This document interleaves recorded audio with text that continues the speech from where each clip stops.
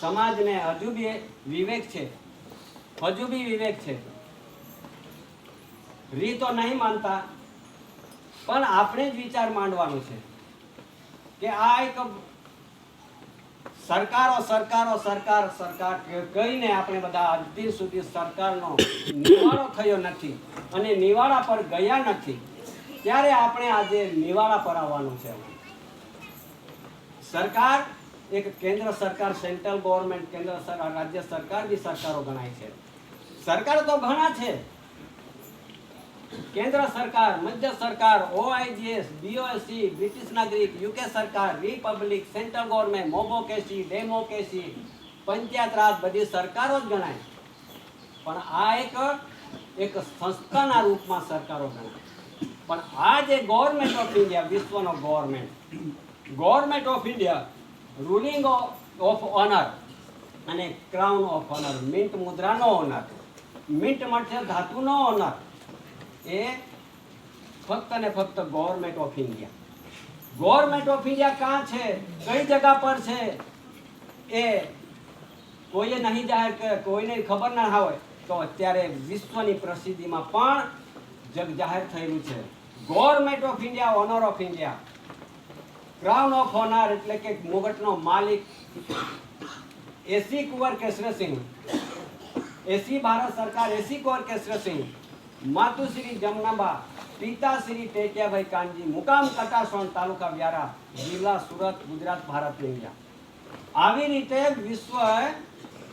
વિશ્વએ જગજાહેરમાં દાદાની ઓળખ થઈ ગયેલી છે. ત્યારે પછી એમના જે ભારત સરકારના અને કેન્દ્ર સરકારના બે પરિવારોની ઓળખ થવાની છે. હવે કયા પરિવારમાં જવાનું છે એ આપણો પોતાનો વિચાર. કેન્દ્ર સરકારમાં જવું છે કે ભારત સરકારમાં રહેવું છે એ પોતપોતાનો વિચાર. કેન્દ્ર સરકારમાં બધું જ આપતો હોય, જ્યુડિશિયલ સરકાર બધું જ આપતો હોય, અને ગવર્મેન્ટ ઓફ ઇન્ડિયા, ભારત સરકાર, નોન જ્યુડિશિયલ સરકાર, તે આપણને આજે પૈસા નહીં આપતા હોય, અનાજ નહીં આપતા હોય, બંગલી નહીં આપતા હોય અને કશું જ ના આપતા હોય, તો એમાં કોણ આવશે? જ્યાં આપે છે ત્યાં જશું આપણે, કેમ કે બધું જ આપે છે, ત્યાં જ જવું પડે. અહીંયા નહીં આપતા, પણ અહીંયા શું આપે છે? આ ગવર્મેન્ટ ઓફ ઇન્ડિયા, ભારત સરકારમાં શું આપે છે આપણને?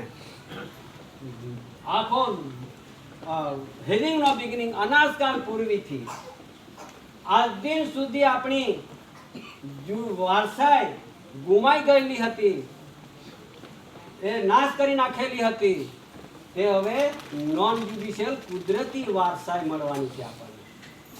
પેલો આપીને પછી આપણને લલચાવી દે, પણ આ વારસાઈ છે કુદરતી નોન જ્યુડિશિયલ વારસાઈ, એ દુનિયામાં નહીં મળે. આ ગવર્મેન્ટ ઓફ ઇન્ડિયા, ભારત સરકારની વારસાઈ પેલી નામામાં રહેજો અને તે વારસાઈ મળવાની છે આપણને. પહેલા તો પૈસા, અનાજ ને બધું જ આપશે, એમાં લલચાઈ જતા રહેશું તો આ આપણી નોન જ્યુડિશિયલ વારસાઈ ઉડી જવાની છે, રહેશે નહીં.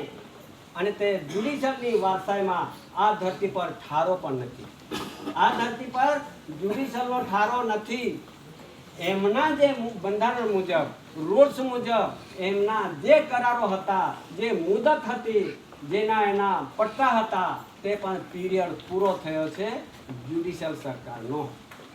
અને નોન જ્યુડિશિયલની વારસાઈ અનાજકાળ પૂર્વીથી હવે વર્ષો વીતી ગયા, હજુ પાછું વર્ષો વીતી જશે, પણ આ વારસાઈ, પેઢીનામાની વારસાઈ, નોન જ્યુડિશિયલ વારસાઈ, એ રહી જવાની છે.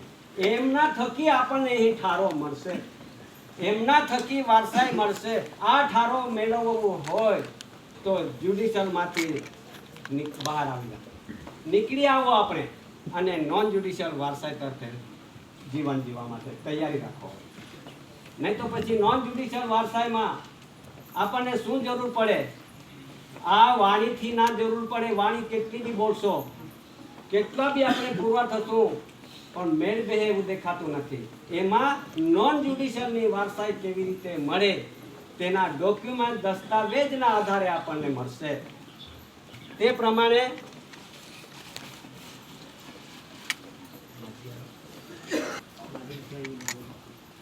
અહીંથી આપણને માલિકના એક દસ્તાવેજ, ડોક્યુમેન્ટ્સના આધારે આપણે વારસાઈ પેઢીનામું મળશે ત્યારે આપણે પુરવાર થઈશું. ત્યાં સુધી આપણને પુરવાર થવા માટે બી અઘરું થઈ જશે.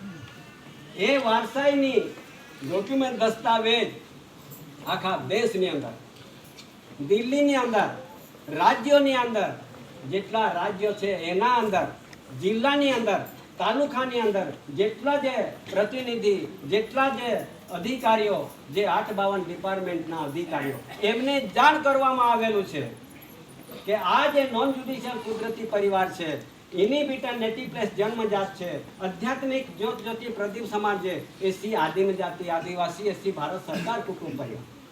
હવે એના પરથી આપણે પુરવાર થવા માટે આપણી પાસે ડોક્યુમેન્ટ તો હોવા જોઈએ.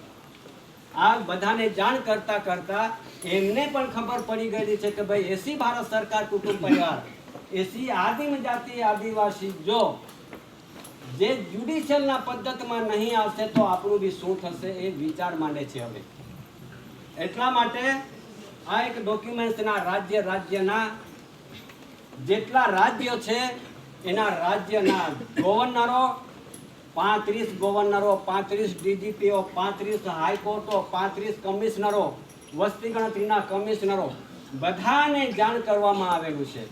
પછી આ ગુજરાતની અંદર કે મહારાષ્ટ્રની અંદર કે જે તે રાજ્યની અંદર આ બધા ડોક્યુમેન્ટ જાણ કરતા કરતા એમના બધા સહી સિક્કા થતા આજે અહીં એના ટેબલ પર મુકાયા છે. અને એમને ખબર પડી ગયેલી છે કે એસી ભારત સરકાર કુટુંબ પરિવાર વિશ્વથી અલગ પરિવાર, આ નોન જ્યુડિશિયલ વિશ્વથી અલગ પરિવાર, નોન જ્યુડિશિયલ એસી ભારત સરકાર કુટુંબ પરિવાર એ કોઈમાં સામેલ થતો નથી. એમને જેટલા બી જે કાનૂન આવેલા છે, એનઆરસી આવેલું છે, સીએ આવેલું છે, યુસીસી આવેલું છે, ઓર કોઈ પ્રકારના ગણતરી આવેલી છે, આ ગણતરીમાં સામેલ થતો નથી.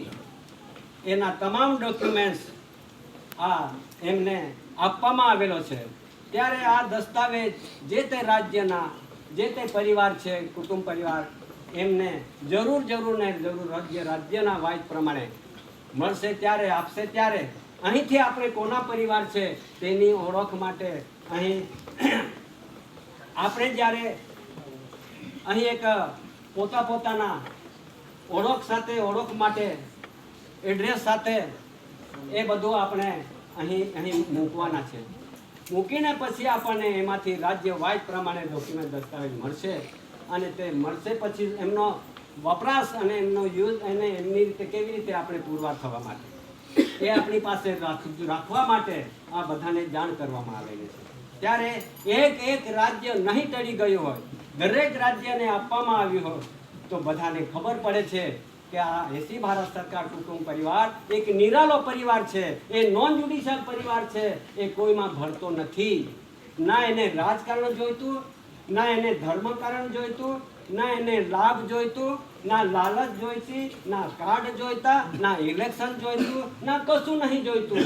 એમને વિચાર માંડેલો છે. હવે આ વિચાર માંડેલો છે ત્યારે આ દરેક વસ્તુને, દરેક દસ્તાવેજને આપણે આ તરીકે આપણે રાખવાના છે. રાખીને પછી પુરવાર થવાના છે. આવી રહેલો છે. કેટલા રાજ્યોને અપાઈ ગયું, આ રાજ્યને કેટલા રાજ્યોને અપાયો,